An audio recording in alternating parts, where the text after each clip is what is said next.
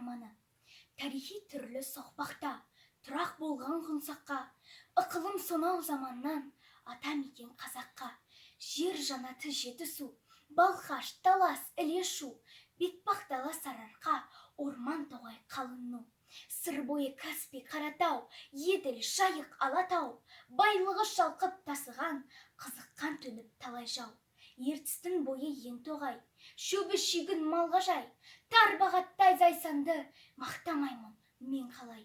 Өсіп өрбіп көктеген, басынан ырыс кетпеген, шығыс батыс арасы ұшқан құсты жетпеген. Ата мекен жерім деп, ұрпағының қамын жеп, тыным көрмей бабалар, қанмен терін төгіп ел.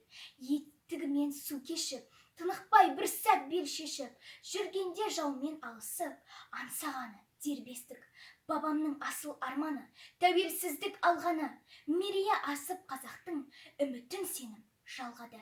Тәуелсіз қазақ елінде, ата-баба жерінде, ата заңын қабылдап, желбірепті ол көгінде.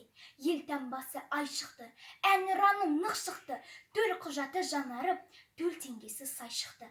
Егемендік куәсі, осылар болар расы, ардақтап құрмет тұтпасақ, салтанат қайтып құрады.